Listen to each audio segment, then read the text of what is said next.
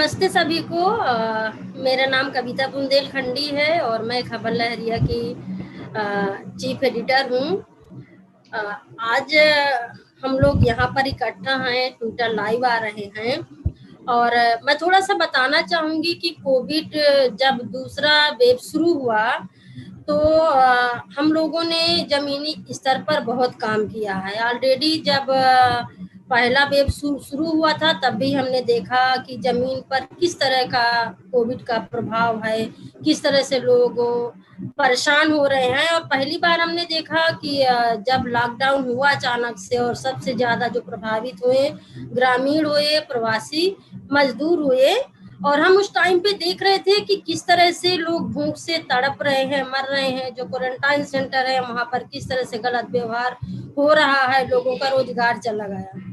जब ये दोबारा वेव शुरू हुआ कोरोना का, तो हमने जो जमीनी स्तर पे काम किया, खास करके हमने जब रिपोर्टिंग करने के लिए क्षेत्रों में उतरे और हमने देखा कि जो कोरोना की बीमारी वो पूरी तरह से ग्रामीण इलाकों में अपना पैर जमा चुकी है। घर में, हर घर में 5, 6, 7 जितने भी फैमिली के लोग थे सब लोग बीमार थे, कहीं ना कहीं कोरोना के लक्षण सब में पाए गए हैं।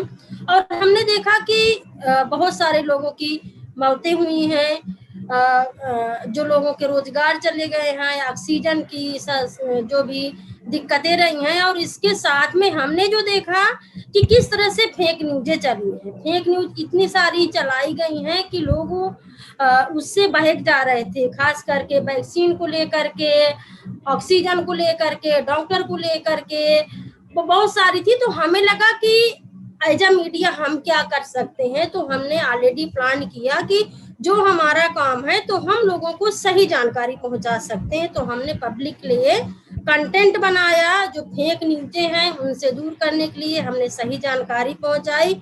हमने बहुत सारे एनजीओ के साथ में, संस्थाओं के साथ में हमने पार्टनरशिप किया है और उनके साथ हमने अलग अलग काम किया है। खास करके हमने रिपोर्टिंग किया है बहुत सारे लोगों की, जो लोग जमीन स्तर पे काम कर रहे हैं।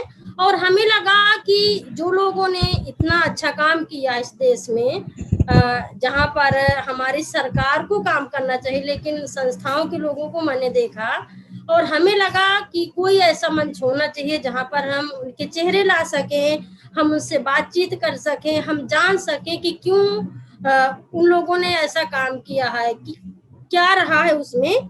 तो मैं ज्यादा बातचीत न करते हुए मैं सबके जो लोग हैं यहाँ पर उनसे मैं सुनना चाहूंगी।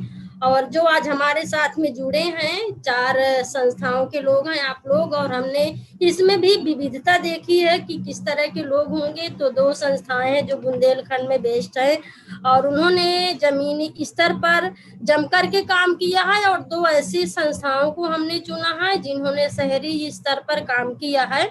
मैं चाहूंगी कि आप लोग अगर अपने से अपना खुद का परिचय और थोड़ा आप अपने संस्था के बारे में संक्षेप में अगर बता सकते हैं, ताकि लोगों को शुरू से ही पता चल जाए और इसके बाद फिर हम आगे की चर्चा शुरू कर सकते हैं। तो मैं आप सभी का स्वागत करती हूँ खबर लहरिया के ये यूट्यूब लाइव में फिर से, और आप लोग शुरू कर दीजिए।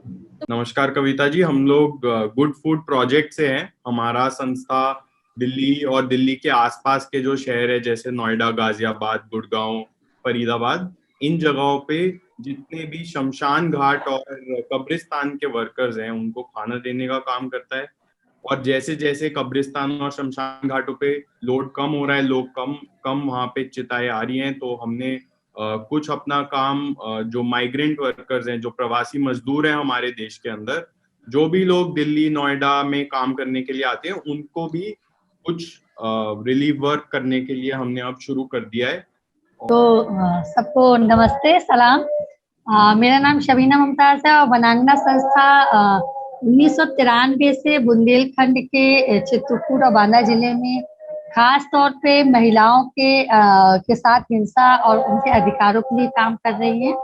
साथ ही जो वंचित समुदाय है जैसे मुसलमान, दलित, उनके हक और अधिकारों के लिए मांग करती है और उनकी लड़ाई पे उनके साथ होती है।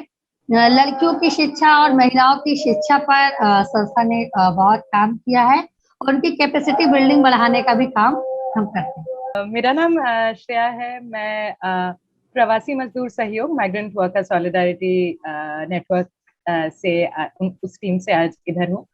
हम लोग migrant worker solidarity network MWSN शुरू कर रहे हैं पिछले साल 2020 के मार्च के महीने में, जब पहला लॉकडाउन कोरोना वायरस की वजह से लग रहा है। ये संगठन हम लोगों ने तब शुरू किया क्योंकि प्रवासी मजदूरों के बीच में जिस तरीके की आपदा आके आई हुई थी उस समय बांद्रा में पहले, और उसके बाद फिर दिल्ली बस अड्डों में जिस तरीके के न्यूज मिल रहे थे, तब एक समझदारी बनी कि प्रवासी मजदूर विशेषकर एक इस तरीके का कम्युनिटी बन रहा है जिसके बीच में काम करने की जरूरत है। तो MWSN उस समय साथ में आ रहा है। एक देश भर में हम 12 भाषाओं में अपना हेल्पलाइन शुरू कर रहे हैं, मगर MWSN के साथ जो साथी जुड़े थे वो लोग पहले से ही नागरिक या मजदूर संगठनों के साथ या छात्र संगठनों के साथ पहले से ही, या ट्रेड यूनियनों के साथ पहले से ही जुड़े हुए हैं।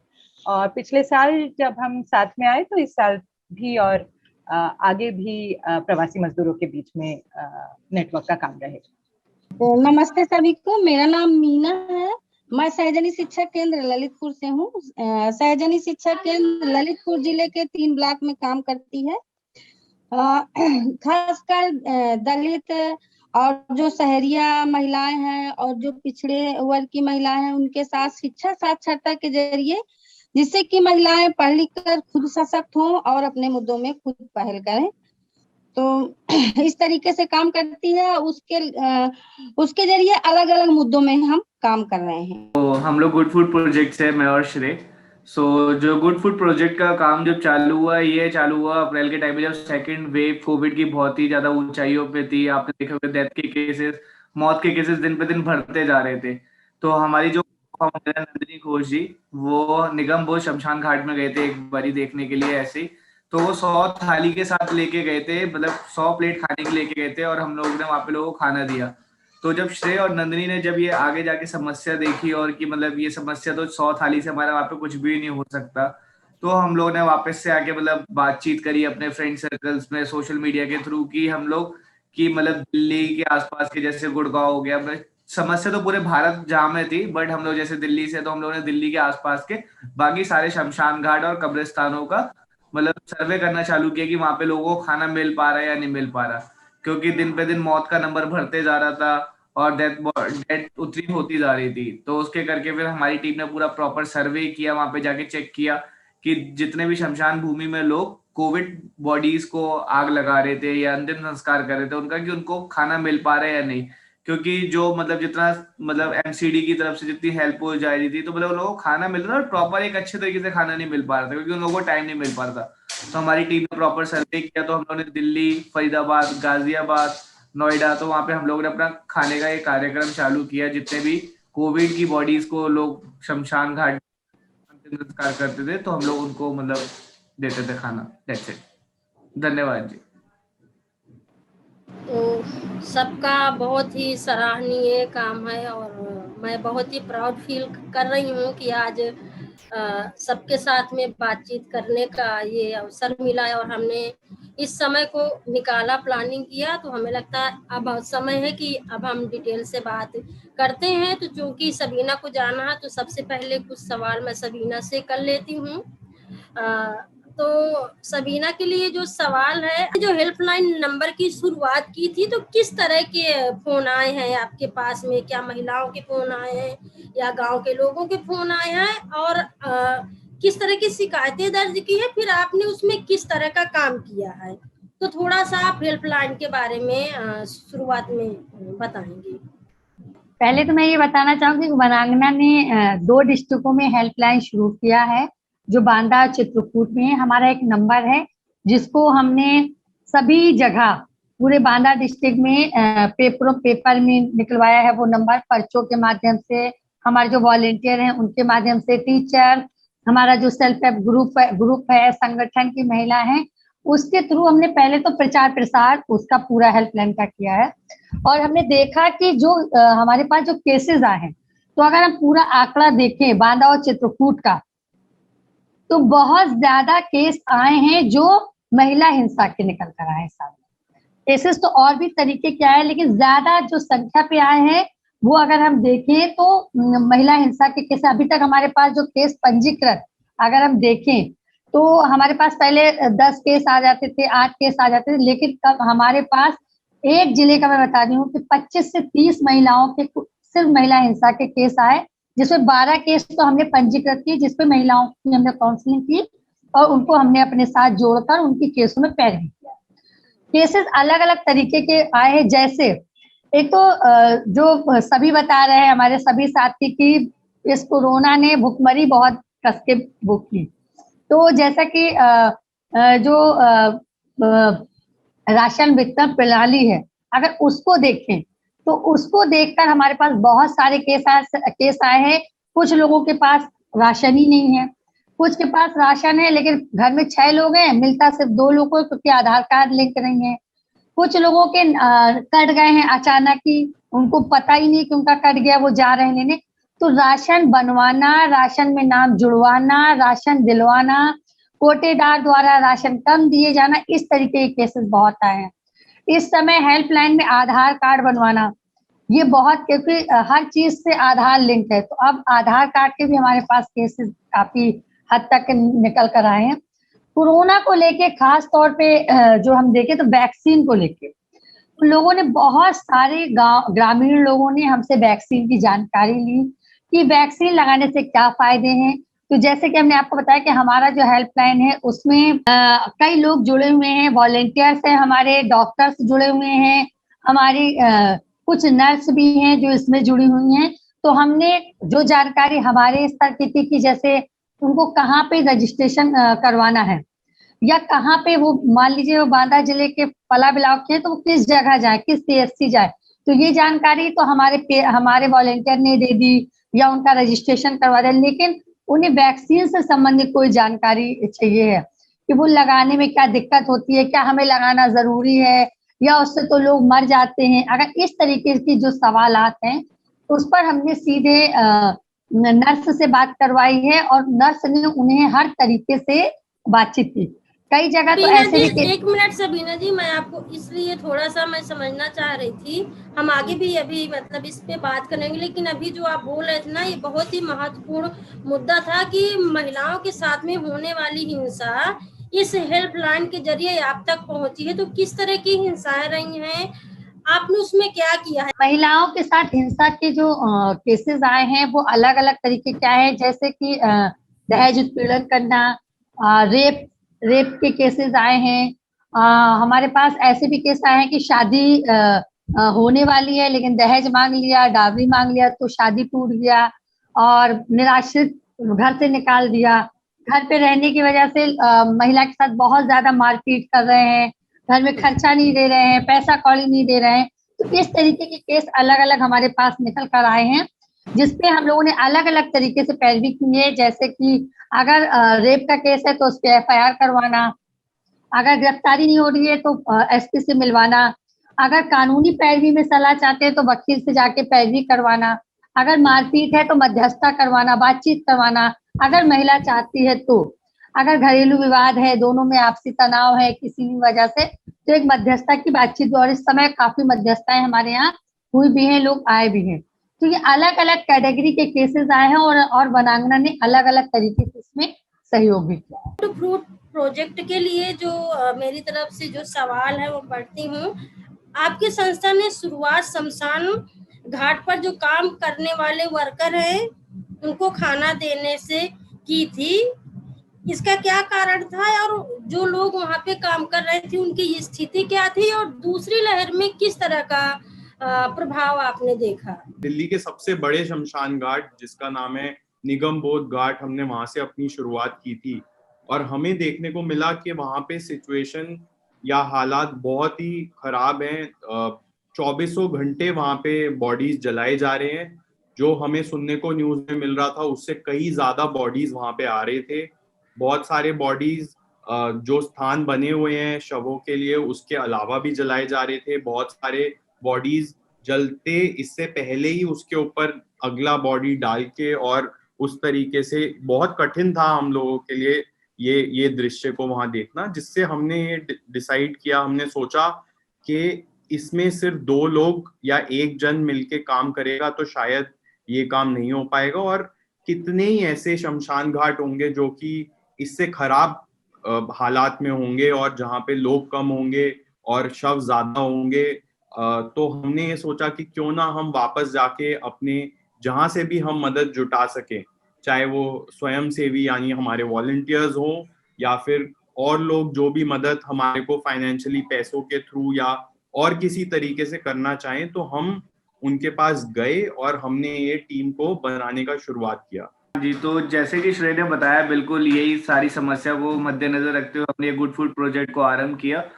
और यही सारी समस्या है कि बेसिकली लोगों को खाना मिल जाए, जो कोविड की बॉडी जो चला रहे हैं उनको एटलीस्ट टाइम पे 2 वक्त का खाना मिल जाए, और वो भी एक अच्छा खाना कि जिससे उनको मतलब अच्छे तरीके से राहत मिल सके। इतनी बॉडी चलाने के बाद अगर किसी को खाना ही नसीब ना होगा तो फिर कैसे जिंदगी जिएगा इंसान। तो यही सबको मद्देनजर रखते हुए हमने गुड फूड प्रोजेक्ट की शुरुआत करी, मेरी टीम ने और श्रेय जी ने। तो वॉलेंटियर और जो फंड आपने इकट्ठा किया होगा, सोशल मीडिया का क्या महत्व रहा है उसमें आपका, थोड़ा आप उसके बारे में शेयर करिए। सोशल मीडिया का इसमें ये मेन महत्व है, जैसे कि हम लोग ने आपको बताया कि जब गुड फूड प्रोजेक्ट 100 थालियों से चालू हुआ था, उसके बाद आके हमने वॉलेंटियर से डिस्कशन किया, उसके बाद हमने अपना इंस्टाग्राम और ट्विटर पेज स्टार्ट किया, जिसमें हमने गुड फूड प्रोजेक्ट के नाम से काफी सारे पोस्ट डाले। तो लोगों ने हमारी पोस्ट को देखा कि ये लोग शमशान घाट में जाके काम कर रहे हैं। शमशान घाट में जाना उस टाइम सबसे ज्यादा खतरनाक काम था कोविड के टाइम पे, क्योंकि सबसे बड़ा गढ़ कोविड का वही कहला रहा था उस टाइम, क्योंकि हर किसी को जाना इतना आसान नहीं लग रहा था। यहाँ तक कि हमारे वॉलंटियर्स ने साहस दिखाया और वो जाके आगे बढ़े। फिर हमने ये सारी चीजों को सोशल मीडिया पे दिखाया कि हम लोग किस तरीके से जा रहे हैं, वहां पे लोगों को खाना दे रहे हैं, और खाने के साथ साथ हम लोग एक अच्छा खाना दे रहे हैं, उनको प्रॉपर जूस देना, प्रॉपर डाइट देना। तो उसको सारी चीजों को हमने अपने ट्विटर पे और अपने सोशल मीडिया पोस्ट पे दिखाया। तो हमारे पास जो फंडिंग का पैसे का जरिया था 70% हमारे पास सोशल मीडिया से ही आया, क्योंकि हमने वहां पे जाके लोगों को दिखाया अपने पोस्ट के थ्रू, अपनी वीडियोस के थ्रू, कि हमारी वॉलंटियर की टीम कैसे वहां पे जाती है, उन लोगों से कैसे मिलती है, उन लोगों को किस तरीके खाना प्रोवाइड कराते हैं। तो ये सब हमने अपने सोशल मीडिया पे दिखाया। तो 70% जो हमारे पास फंडिंग या पैसा आया वो हमारे को सोशल मीडिया के थ्रू था। तो इसमें और उसके साथ साथ हमारे पे काफी बड़े बड़े सेलिब्रिटीज ने हमारा एक पोस्ट शेयर किया, जैसे कि रश्मि मंडाना जी ने, आपके क्या कहते हैं कॉमेडियन काफी बड़े रह चुके हैं, उन्होंने हमारा पोस्ट शेयर किया। तो इसका श्रेय जी आपको बताएंगे कि सोशल मीडिया पर और किस किस तरीके की चीजें हम लोगों ने करी है।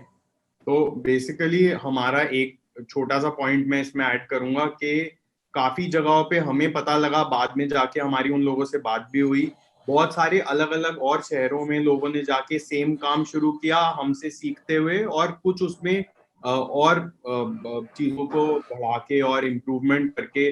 जैसे कि हमें पता लगा हैदराबाद में इसी टाइप का एक राहत का काम चालू हो गया है, और बैंगलोर में चालू हो गया है। कलकत्ता में कई लोग हमारे साथ मिले, और उन्होंने भी कुछ दिन तक ये काम, जब दूसरा वेव का जो बिल्कुल टॉप पे पहुंच गया था, तब ये काम किया उन्होंने वहां पे। और बहुत सारे लोग हमें मैसेज भी करते हैं और इंस्पायर होते हैं, जिसको देख के हमें पर्सनली बहुत खुशी होती है कि हमारे एक छोटे से कदम की वजह से बहुत सारे लोग हमसे जुड़े और उस काम को आगे बढ़ाया। बहुत बहुत शुक्रिया। कविता जी, मैं इसमें एक लाइन और जोड़ना चाहूंगा। आपने पूछा कि सोशल मीडिया का इसमें सबसे बड़ा प्रभाव क्या रहा, तो मैं आपको बताना चाहूंगा सोशल मीडिया के थ्रू हमारे पास 72 घंटे के अंदर 14 से 15 लाख रुपए हमने सोशल मीडिया के थ्रू मेनली इकट्ठा किया था। तो ये हमारा सबसे बड़ा रोल आता सोशल मीडिया के थ्रू, कि हमारे पास 72 घंटे के अंदर 14 से 15 लाख रुपए इकट्ठा हुआ, और हमने उसका डबल पैसा लगाने की कोशिश करी। तो सोशल मीडिया का सबसे बड़ा रोल रहा। बहुत अच्छा और बहुत बहुत शुक्रिया इस अनुभव को शामिल करने के लिए। हमें लग रहा कि जो लोग भी आपको सुनेंगे ग्रामीण इलाके की, या जो हमारी आउटरीच है, बहुत लोगों को अभी आगे और भी सीख मिलेगी, या लोग उस तरह का काम करने के लिए प्रेरित होंगे। तो मैं आगे चलती हूँ माइग्रेट वर्कर्स वाली टीम से। जो सवाल है, पहले और दूसरे लॉकडाउन में जो प्रवासी मजदूरों की स्थिति रही है उसमें क्या फर्क रहा है, और प्रवासी मजदूरों की किस तरह की परेशानियां और जरूरतें आपने महसूस किया, और आपने फिर क्या किया उनके लिए। तो थोड़ा सा आप अपना अनुभव शामिल करिए। सबसे पहले तो शुक्रिया कविता जी, आज ये ट्विटर लाइव ऑर्गेनाइज करने के लिए आपको और खबर लहरिया को। आपने जो सवाल किया कि पहला और दूसरा वेव में क्या अंतर रहा, एक बड़ा अंतर रहा कि जिस तरीके से लॉकडाउन को इम्पोज किया गया सारे देश में, उसमें ही एक अंतर था। तो प्रवासी मजदूरों का भी एक अनुभव में अंतर रहा। मतलब पहले लॉकडाउन में जैसे हुआ कि बस 4 घंटे के मोहलत में, ये सभी को पता है, 4 घंटे के मोहलत में पूरे देश में ट्रेनें, बसें, ऑल इंडिया एक लॉकडाउन लग गया। दूसरा जो वेव आया इस साल अप्रैल और मई के महीने में, इस साल उस तरीके का कोई हम देख रहे थे कि सर्वभारतीय स्तर पर कोई ट्रांसपोर्टेशन रोकी नहीं गई। तो इसके अलग अलग प्रक्रियाएं रही इसकी। पहला लॉकडाउन में जैसे हमारे हेल्पलाइन में पहले 4-5 दिनों में मतलब बान आ गई थी फोन कॉल्स की कि ट्रेनें बंद हो गई हैं, बसें बंद हो गई हैं, क्या कर सकते हैं, नहीं कर सकते, आप अगर कुछ मदद कर सके। दूसरे लॉकडाउन में जो हुआ कि अनसर्टेनिटी, एक अनिश्चितता काम की। मतलब अलग अलग लोग हमें, प्रवासी मजदूर फोन करके बोले कि आपको क्या पता है कि ट्रेनें क्या बंद हो जाएंगी। तो उस तरीके का एक पूरा ही अनिश्चितता था इस बार कि पिछले साल जैसा होगा या नहीं, कामें रुक जा रही हैं मगर ट्रेनें बसें चलेंगी या नहीं। पिछले साल क्योंकि एक तरीके का खबर बन गया था माइग्रेंट वर्कर्स का पूरा किस्सा, मतलब 3-4 दिनों में ही जिस तरीके के अखबारों में सब जगह पे ही माइग्रेंट वर्कर्स का जो स्थिति था उसके बारे में खबरें निकल रही थी। इस साल वैसा हुआ नहीं, बहुत बाद में जाके हुआ, और जितना हुआ वो कम था पिछले साल की तुलना में। इस बार उतना खबर बना नहीं कि जमीनी हालात प्रवासी मजदूरों के क्या थे। इसीलिए जिस तरीके की सरकारी या अन्यथा बाकी भी जो व्यवस्थाएं थी पिछले साल, जिस तरीके से प्रवासी मजदूरों के लिए एक तरीके का समाज में एक तरीके की हलचल, बातचीत होनी शुरू हो गई। फिर सरकार ने भी 3-4 दिनों में हमने देखा कि हमारे प्रधानमंत्री से लेकर सभी राज्य के मुख्यमंत्री और फिर फिनांस मिनिस्टर अलग अलग तरीके की स्कीमें, वेलफेयर स्कीम्स जो पूरी तरीके से पहुंचे नहीं जनता तक, मगर फिर भी एक तरीके की अनाउंसमेंट्स हो रही थी क्योंकि प्रवासी मजदूर खबर में आ गए थे। इस साल उस तरीके का माहौल नहीं बना, मगर ऐसा नहीं है कि दिक्कत नहीं थी, बिल्कुल बहुत दिक्कत थी, क्योंकि लॉकडाउन वैसे तो सभी शहरों में टेक्निकली इम्पोज हो ही गया था, काम चला गया था, मगर उस तरीके का जो माहौल बना था पिछले साल कि एक तरीके का क्राइसिस है, वो क्राइसिस इस साल, इस बार जो सेकेंड वेव हुआ प्रवासी मजदूरों का क्राइसिस, वो उस तरीके का खबर नहीं बना। जो आपने दूसरा सवाल किया कि हम लोगों ने किस तरीके का काम किया, हम लोगों ने 3 स्तर के काम किया। हमने एक हेल्पलाइन जारी किया था पिछले साल, जिसको हमने फिर से इस साल रीइनिशिएट किया जब अप्रैल में सेकेंड वेव आया। 3-4 चीजें, एक तो है कि हमें सबसे ज्यादा कॉल आते थे कि हमें ट्रेनें या बसें बुक करने के लिए थोड़े अगर मॉनेटरी सपोर्ट हो तो वो थोड़ा प्रोवाइड करना, ड्राई राशन प्रोवाइड करना जो बहुत सारे संगठन कर रहे थे, हम भी उसमें कुछ हद तक जितना बन पड़ा किया। तीसरा जो था, हमने एक सर्वभारतीय स्तर पर अभियान लेने का कोशिश किया, जो पिछले साल भी किया और इस साल भी किया, कि जैसे प्रवासी मजदूरों को राशन देने का अभियान, दिल्ली हाई कोर्ट में पिटीशन, सभी मुख्यमंत्री या सभी जो नोडल चीफ मिनिस्टर ऑफिसर्स के जो नंबर सर्कुलेट हो रहे थे उनमें ज्ञापन देने का काम, कि इसको सरकारी तौर पे इस चीज को मुद्दा बनाया जाए, उठाया जाए। तो इस तरीके की अलग अलग चीजें करने की हम लोग कोशिश बहुत ही महसूस किया है पिछली बार और इस बार, और कितना जरूरी है कि हम लोगों को हम समझ पाते हैं, उनकी समस्याओं को देख पाते हैं, और कितना सुकून मिलता है लोगों को। यही तो रियल काम है, यही तो असली काम है, और यही हमारी मानवता है। अगर आप जहाँ पे जरूरत है, अगर वहां पर हम काम नहीं है, तो फिर हमारा समाज के अंदर काम करना मुझे लगता है कोई महत्व नहीं रखता है। और जो कोविड के दौरान जो संस्थाओं ने ये कर दिखाया, वो असल में अभी लगा कि सदियों का जो काम रहा है वो शायद अभी दिखा है। ऑलरेडी हम काम करते रहते हैं, जहाँ पर जरूरतें होती वहाँ, चाहे महिलाओं के साथ होने वाली हिंसा हो, चाहे मजदूरों के साथ में हो, चाहे शिक्षा का काम हो, सब हम करते हैं। लेकिन यहाँ पर जो रियल हमारा काम दिखा वो मुझे लगता है बहुत ही सराहनीय है।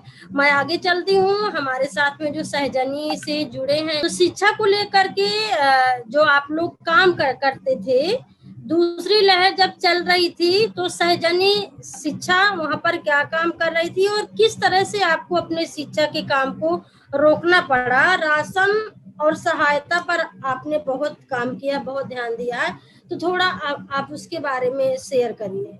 हम लोग सहजनी शिक्षा केंद्र शिक्षा में काम करती है, महिलाओं की शिक्षा में और किशोरियों की शिक्षा में। पर पिछले 1-1.5 साल से अगर देखें तो शिक्षा के क्षेत्र में काफी माने गहरा असर पड़ा है, खासकर जिस समुदाय के साथ हम काम करते हैं। हम लोग करते हैं दलित समुदाय के साथ, सहरिया समुदाय के साथ और पिछड़े वर्ग के जो समुदाय है उस समुदाय के साथ काम करते हैं, जो शायद जैसे अगर देखें तो वैसे भी सदियों से दलितों को पढ़ने लिखने का मौका नहीं मिला। पर सहजनी के प्रयास से ललितपुर बुंदेलखंड का इलाका है, वहां पर माने महिलाओं किशोरियों को शिक्षा का ज्यादा महत्व नहीं दिया जाता। पर जब से 2002 से सहजनी ने काम शुरू किया, तब से लड़कियां और महिलाएं पढ़ना लिखना शुरू की। काफी स्तर पर महिलाएं और किशोरियां बाहर निकली। पर लगभग 1.5 साल से जितना मेहनत करके किशोरियां और महिलाएं निकली थी, तो काफी पीछे चली गई हैं। और स्थिति इस तरह की आ गई है कि एक तो अभिभावक है, उनके पास पैसा नहीं है। दूसरी बात, जिनके पास पैसा भी है तो वो किशोरी शिक्षा में खासकर अगर देखें तो उसमें ज्यादा महत्व नहीं देते हैं। उनका कहना यह है कि माने लड़कियों की अब लॉकडाउन हो गया है, लॉकडाउन से 2 साल पढ़ाई छूट गई है, काफी हद तक इनकी पढ़ाई गिर गई। इससे अच्छा है कि शादी कर दो, और लॉकडाउन के समय वैसे भी पैसा कम लगता है। कोशिश की है कि माने किसी तरह से मोबाइल के जरिए, इंटरनेट के जरिए कुछ साक्षरता का काम महिलाओं और किशोरियों के साथ जारी रखें। दूसरी बात, उन महिलाओं और किशोरियों को फिर हम कोविड के दौरान मुद्दों से जोड़ कर की माने कुछ उनकी पढ़ाई भी बरकरार रहेगी और वो अपने गांव के मुद्दों में भी काम कर सकेंगी। क्योंकि अगर देखें कि लॉकडाउन के समय हम लोग तो तुरंत सब गांव नहीं पहुंच पा रहे थे, तो फिर उस समय हमारे साथ हमारी जो नेतृत्व की महिलाएं थी, किशोरियां थी, वो जम के इस साल अगर देखें तो अप्रैल के महीने में कोई घर से बाहर नहीं निकल रहा था। पर सहजनी ने 15 अप्रैल से पूरी तरह से कोविड की जानकारी देने का काम, वैक्सीन की जानकारी देने का काम महिलाओं के थ्रू, किशोरियों के थ्रू शुरू कर दिया था। क्योंकि इतनी ज्यादा अफवाहें फैली थी गांव में कि कोई भी जा रहा था तो लोग अंदर घुस रहे थे, भग रहे थे, मार रहे थे, तमाम तरह की दिक्कतें हो रही थी। लोग वैक्सीन लगवाने के लिए तैयार नहीं थे। लोगों से बात करो तो लोगों का कहना था कि वैक्सीन 2 तरह की है, जो लोग पढ़े लिखे हैं उनके लिए दूसरी वैक्सीन है, हम गांव के लोग हैं, हम लोगों के लिए अलग तरीके से वैक्सीन है। तो इस तरीके का माने काम किए शिक्षा को जोड़ते हुए। पर शिक्षा में काफी गहरा असर पड़ा है, पिछले साल भी और इस साल भी। और सहजनी ने माने हमारे इलाके में जो मड़ावरा है और बिरधा, वहां पे ललितपुर के ब्लॉक हैं मड़ावरा और बिरधा।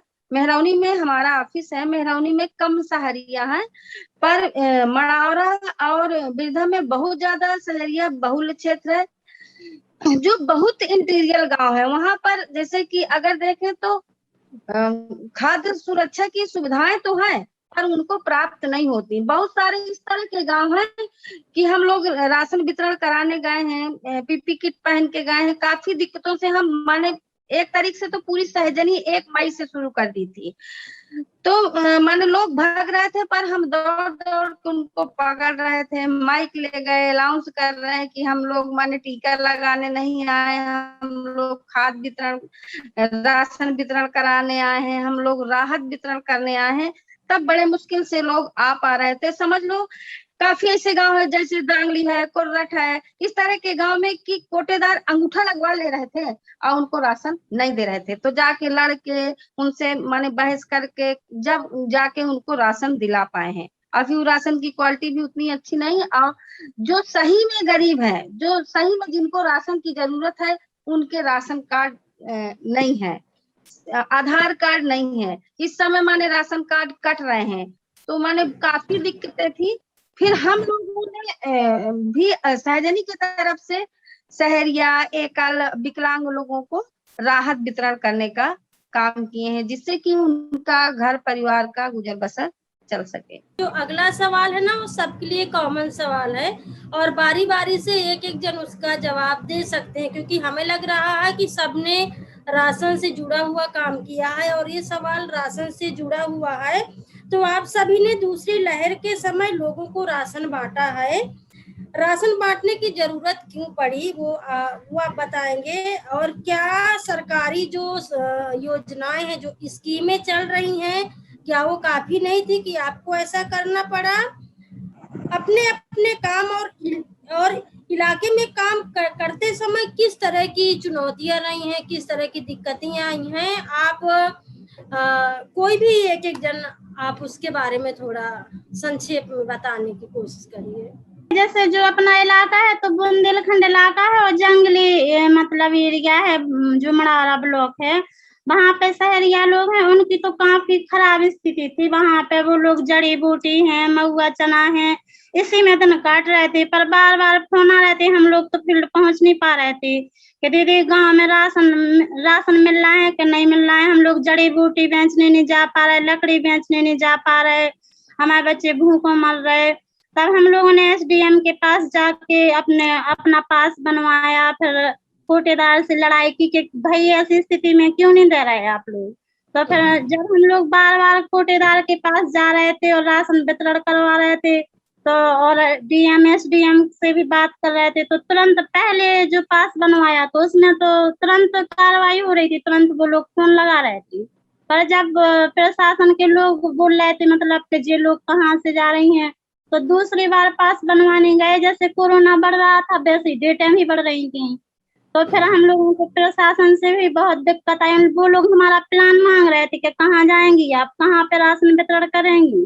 तो इस दौरान हम लोगों को चुनौती तो रही है। और दूसरी बार जब हम लोग गए तो लोगों के अंदर मतलब एक विश्वास तो है, जैसे सहजनी दीदी है, काफी गहरा रिश्ता भी हम लोगों का। लेकिन जब हम लोग टीपी किट पहन के गए तो लोग अंदर घुस गए थे, पता नहीं कहाँ से आ गई, जो स्वास्थ्य विभाग की टीम आ गई, वैक्सीन लगाने आ गई, तब जाकर इतनी बीमारी की ज्यादा संख्या में लोग मर भी रहे थे गांव में। ऐसा नहीं है कि गांव में कोरोना नहीं था, गांव में बहुत ज्यादा लोग मर रहे थे। तो हम लोगों को अपनी भी सुरक्षा चाहिए थी और गांव के लोगों तक खाना भी भेजना था, तो गांव के लोग तो बहुत ज्यादा डर रहे थे। तो हम लोगों को वहाँ भी एक चुनौती रही कि एक तो बीमारी और लोगों के घर में खाना भी भेजना है। तो आपने खाना में क्या दिया था? पका पकाया खाना दिया या आपने राशन वितरण किया है, सूखा राशन दिया है? जैसे जो मेहरोनी के हैं आसपास के लोगों को तो वापस से बना के दिया और मतलब सूखा भी दिया। लेकिन जो बाहर जा रहे थे हम लोग, जैसे 100 किलोमीटर पे 50 किलोमीटर दूरी पे है हम लोगों की फील्ड जंगल में, तो वहाँ पे हम लोगों ने सूखा राशन दिया। जैसे दाल है, चावल है, गुड़ है, चना है, तेल है और चाय पत्ती वगैरह है, जो मतलब बहुत जरूरी चीजें हैं, तो वो हम लोगों ने सूखी दी वहाँ। तब ज्यादा दिक्कतें आई हैं इस बार। और हम लोगों की तो मतलब इस तरह से ऐसा लगा तो आत्मा में कि कैसे हम लोग इन लोगों को खाना भेज दें। तो मतलब संतुष्टि लग रहा था, लेकिन लोग इतने जल्दी मानने वाले नहीं थे। वैक्सीन को लेके जानकारी दी, कोरोना को लेके जानकारी दी, माइक लेके गए कि हम लोग सहजनी हैं, आप लोग बाहर निकलिए, हम लोग आपका सहयोग करने आए हैं। जिस तरह से पिछली बार आए थे, इस बार भी हम बच्चे भूखे हैं आपके, हम खाना देने आए हैं। तब लोग डर के मारे फिर धीरे धीरे निकले हैं। तो मतलब कुसुम और ऑलरेडी ये सारी चीजें दिख रही थी सोशल मीडिया पे भी, जो चीजें आपने पोस्ट किया है कि किस तरह से लोगों में घबराहट थी। और हमने ऑलरेडी जब रिपोर्टिंग कर रहे थे, गांव के गांव लोग दरवाजे बंद कर ले रहे थे। जब हम भी रिपोर्टिंग करने के लिए जा रहे थे, जो हम माइक लगा रहे थे ना, लोग उसको बोल रहे थे कि हम इसको नहीं थामेंगे, आप हमारा कुछ दूसरा रिकॉर्ड करके ले जाओगे, आप सरकार के पास दे दोगे। तो जो एक डर का माहौल था ये वाजिब था। मुझे हम लोगों ने जो राशन का वितरण किया है तो खासकर ये देखा गया है कि इस बार की महामारी में काफ़ी भुखमरी का माहौल बना। लोगों के पास घर में खाने को नहीं था, संसाधन तो बहुत चल रहे थे, लेकिन जो रोज के कमाने खाने वाले लोग थे उनको बहुत दिक्कतों का सामना करना पड़ा। लोग उनको मजदूरी पे नहीं रखते थे, सब घरों में बंद हो गए थे, कोई बाहर नहीं निकलता था। लेकिन उनके लिए एक बहुत बड़ी समस्या है, क्योंकि देखा जाए तो मौतें बहुत हो रही थी, लोग डरे थे, सहमे थे, दहशत का माहौल बना था। जब बनांगना ने राशन का वितरण करने के लिए एक सर्वे किया, जिसमें हम जिनके साथ सीधे काम करते हैं उनको भी, और खासकर समुदाय में जो विधवा, विकलांग, निराश्रित और गर्भवती महिलाएं हैं उनको राशन दिया गया। और खासकर राशन में दाल, चावल, आटा, तेल, मसाला और काढ़ा पीने का सामान उसमें दिया गया, क्योंकि इस महामारी में काढ़ा पीने से लोगों को काफ़ी राहत मिल रही थी, तो उन्हें काढ़ा भी दिया गया। और पात्र लोगों को ही हम लोगों ने राशन दिया।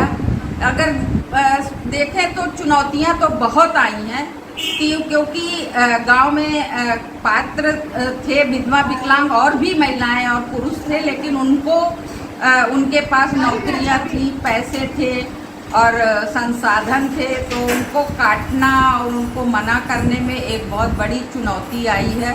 और प्रशासन ने तो काफ़ी मतलब हर महीने 2 बार राशन देने की बात कही, लेकिन उतना राशन उनके लिए पर्याप्त नहीं था, क्योंकि लोगों के घर में काफ़ी लोग थे, उनको राशन जितना मिलता था वो उन्हें पर्याप्त नहीं था। इसलिए कई जगह कोटेदार कम भी देते हैं, जिनके लिए जाकर हम लोगों ने बात करके उनको राशन दिलाया।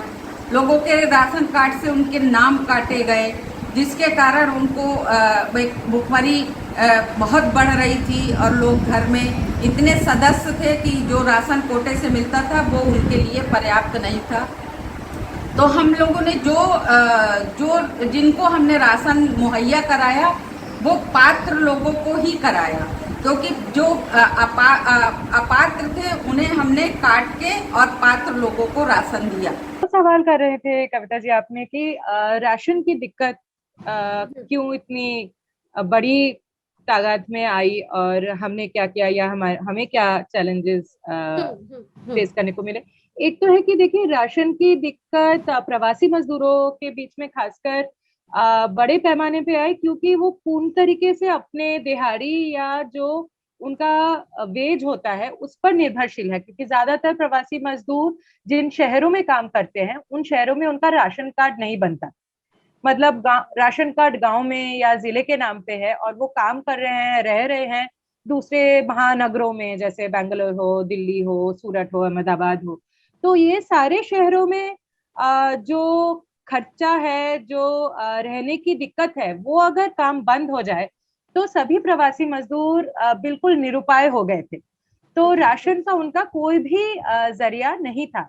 हमने देखा है कि सरकार के जैसे बड़े जो प्रकल्प रहे हैं, जैसे वन नेशन वन राशन, इस तरीके की जो हमारे पहले भी बहुत सारे अनाउंसमेंट हुए हैं कि आप जो जहाँ पे हैं वहीं पे आपको राशन मिलेगा, मगर ये सारे प्रकल्पों का हमने देखा है हमारे देश में पिछले कई सालों से कोई प्रैक्टिस नहीं हुआ है। मतलब वो बस प्रकल्प के हिसाब से अनाउंसमेंट हुए हैं, मगर हमारे देश में वन नेशन वन राशन कभी आज तक लागू नहीं हुआ है। आधार कार्ड बहुतों का लिंक नहीं रहता है, तो ये सारे स्कीम का लागू होना जमीनी स्तर पे वैसे भी बहुत दिक्कत हो जाती है। तो इसीलिए राशन का तो एक बहुत बड़ा संकट प्रवासी मजदूरों के बीच में, जो महानगरों में, महाशहरों में काम करते हैं, उनके बीच में देखा गया। इसीलिए हमें भी उस काम पे उतर जाना पड़ा। मगर पिछले सवाल के साथ जोड़ के बोल रही हूँ कि बस राशन ही नहीं, अलग अलग चीजों को लेकर काम करना पड़ा पहले और दूसरे लॉकडाउन में।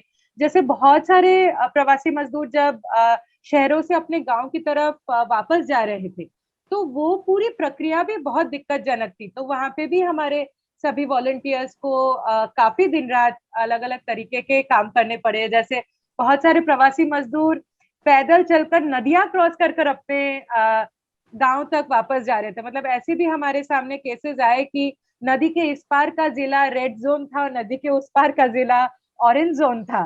तो वो रेड जोन से ऑरेंज जोन कैसे जाएंगे, नदी तो पार कर लिए चलकर। मगर इस तरीके की दिक्कतें आ रही थी कि फिर पुलिस स्टेशन या नोडल ऑफिसर के साथ बातचीत करके वो क्वारंटाइन सेंटर तक जाए, फिर अपने उनको क्वारंटाइन सेंटर में थोड़ा बहुत राशन मिले ताकि वो फिर अपने घरों तक वापस जा पाए। इस तरीके की अलग अलग चीजों में के साथ हम लोग जूझ रहे थे उस समय। चैलेंज के तौर पे एक बड़ा चैलेंज जहाँ पे हम काम कर रहे हैं वहाँ पे ये रहा हमारे एक्सपीरियंस में कि प्रवासी मजदूरों का जिन शहरों में वो, जिन महानगरों में वो काम करते हैं, वहां पे उनका कोई अधिकार नहीं है। मतलब वो मजदूरी है मगर उनकी नागरिकता का कोई अधिकार वहां पे नहीं है। मतलब वो सही अर्थ पे देश के अंदर ही प्रवासी है। मतलब अगर उनको एक दिन का कोई खर्चा ना मिले तो ना रहने का कोई बंदोबस्त है, ना खाने का बंदोबस्त है। तो वो जिस शहरों में साल दर साल रह रहे हैं, कोई एक कारणवश हमारे देश की जो व्यवस्था बनी हुई है वो वहां पे प्रवासी ही है, मतलब नागरिक नहीं है। तो ये एक बड़ा चैलेंज था कि शहर के अंदर जहाँ पे वो काम कर रहे हैं वहां पे उनको कैसे कोई अधिकार दिलाया जाए। ये एक बड़ा चैलेंज हमारे लिए रहा भी। शुक्रिया शुक्रिया। मुझे लगता है सबके बहुत अलग अलग चैलेंजेस रहे हैं और ये सुनना बहुत जरूरी है। तो अभी काफी लोगों ने काफी सारे अच्छे पॉइंट्स ऐड कर दिए और मुझे लगता है कि उसमें काफी हद तक जो मेजर जो दिक्कतें थी जो लोगों को आ रही थी वो सबने बताया। वही सब दिक्कतें फेस की यहाँ पे। और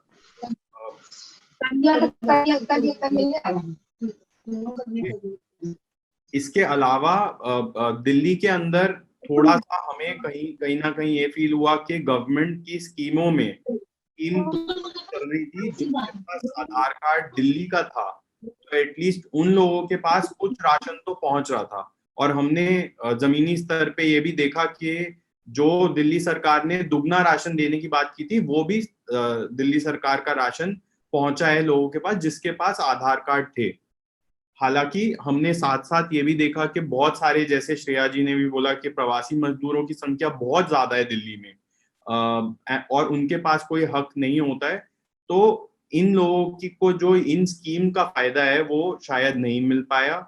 और ये लोग हमारे जिसको बोलते हैं, इनको हमने चिन्हित किया दिल्ली के अंदर और अब तक हम लोग करीबन 10,000 किलो 1000 के आसपास राशन किट्स, जिसके अंदर 10,000 किलो चावल, 5,000 किलो आटा, 10,000 किलो आटा, 5,000 किलो चावल, तेल और टाइप की दालें और काफी सारी चीजें हमने ऐसी बनाने की कोशिश की। दिल्ली के अंदर काफी स्कीमों का लागू होने की रफ्तार थोड़ी आई थिंक बाकी देश के मुकाबले ज्यादा थी।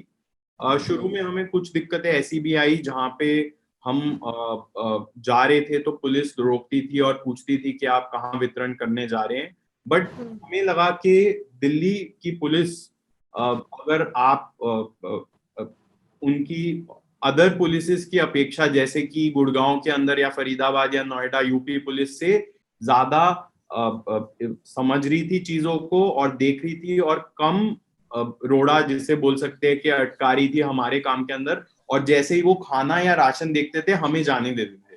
तो ये हमारे लिए बहुत ही प्रोत्साहन का भी विषय था कि पुलिस भी समझ रही है और लोगों ने हमारा बहुत सहयोग किया जहाँ पे भी किसी ने हमें रोका या कोई ऐसी दिक्कत आई। तो पहली वेव के अंदर ये इशू था, बट सेकंड वेव के अंदर पुलिस थोड़ा सा हमारे साथ अच्छा उसने व्यवहार किया और हम बहुत सराहना करते हैं उन लोगों की इस चीज। यहाँ पे मैं श्रेय जी की एक बात पे एक पॉइंट और ऐड करना चाहूंगा। जैसे कि श्रेय जी ने बताया कि कविता जी की हमारे साथ मतलब काफी सारे लोग जुड़े हुए थे। तो जो गुड फूड प्रोजेक्ट की टीम थी ना, वो टीम अपने आप में एक बहुत ज्यादा महत्व रखती है। क्योंकि जैसे राशन के लिए हम लोग बांटने जाते थे राशन, तो सपोज जैसे कहीं पे 500 परिवार है तो हम 500 परिवार को एक साथ, वहां पे क्या पता 500 परिवार में तो कुछ परिवार जैसे वेल सेटल्ड है, हम सबको राशन नहीं दे सकते, ठीक है।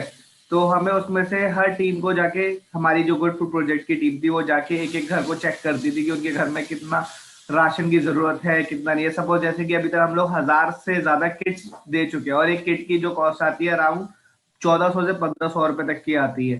तो अभी तक हम 1000 से ज्यादा किट्स दे चुके हैं।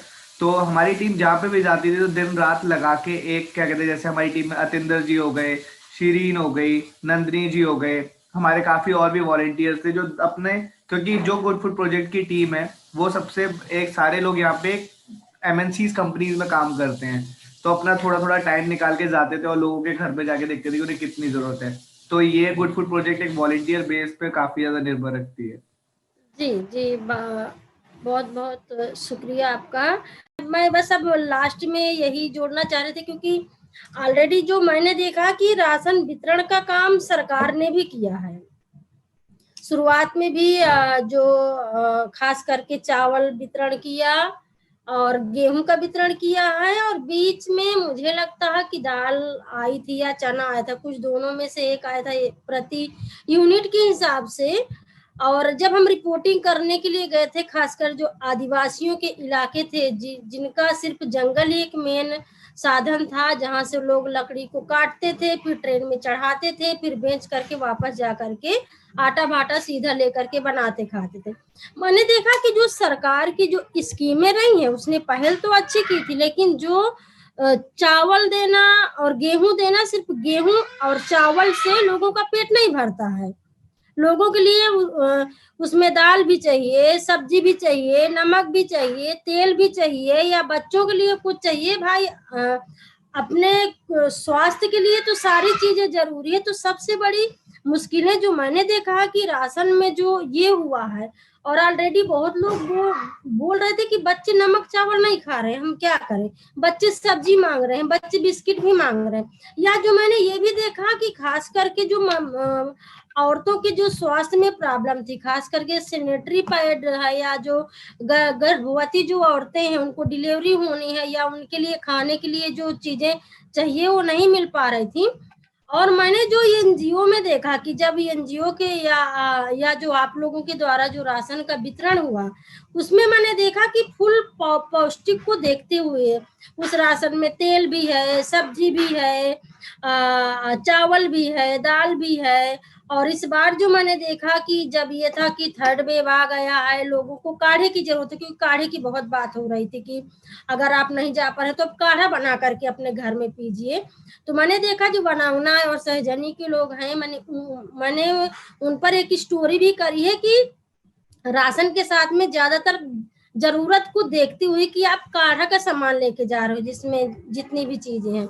तो ये चीजें देख करके ये लगा कि जब हम जमीनी स्तर पे काम कर रहे हैं और हम उसको आंक पाते हैं, हम उनकी जरूरतों को देख पाते हैं कि कहाँ पर है, जो आप सबने इसको कर दिखाया है। और मैंने ये भी देखा कि जो नेता हैं, खास करके जो विधायक हैं, जो सांसद हैं, जो चेयरमैन हैं, वार्ड मेंबर हैं, ये जो नेता टाइप के लोग हैं, सब लोग गायब थे। उनको जाना चाहिए था पब्लिक के बीच में, या सांत्वना देना है, या कुछ जरूरतें हैं।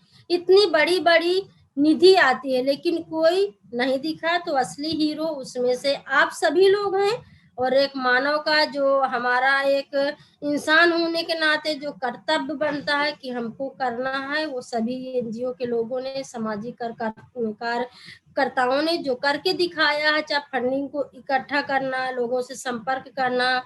इस कोरोना काल जैसे ही स्थिति में जहां पर हम घर से बाहर नहीं जा रहे थे, बाकी लोग इतना दुबक के बैठे थे कि किसी से संपर्क नहीं करेंगे, जाएंगे नहीं, कोविड हो सकता है, अपनी जान को जोखिम में डाल करके इतना अच्छा काम करने के लिए मैं दिल से, और ऑलरेडी जब मैं ये बात कर रही हूँ, सच में कहूँ तो मेरे रोंगटे भी खड़े हो रहे हैं कि ये काम एकदम आसान नहीं है। जो लोग आज भी मैं देख रही हूँ कि किस तरह से पेपरबाजी हो रही है, सरकार बोले कि सब चीज अब धीरे धीरे ठीक हो गया है, ये एकदम उल्टा है। ग्रामीण स्तर पर ऐसा कुछ नहीं है। ऑलरेडी हम आगे चल के वैक्सीन पर भी बातचीत करेंगे और हम लोगों को बुलाएंगे, हम उसका भी विश्लेषण करेंगे। तो हाँ, बस ये बोलना था। और सबके अनुभव को सुन करके, सबके काम को सुन करके बहुत एक ताकत मिली है, बहुत अच्छा लगा है। सबको मैं दिल से शुक्रिया बोलना चाहती हूँ, सबको शुभकामनाएं देना चाहती हूँ और उम्मीद करती हूँ और दुआ करती हूँ कि तीसरी लहर ना आए। Thank you. तो अब हम अपने लाइव को यहाँ से समाप्त करते हैं।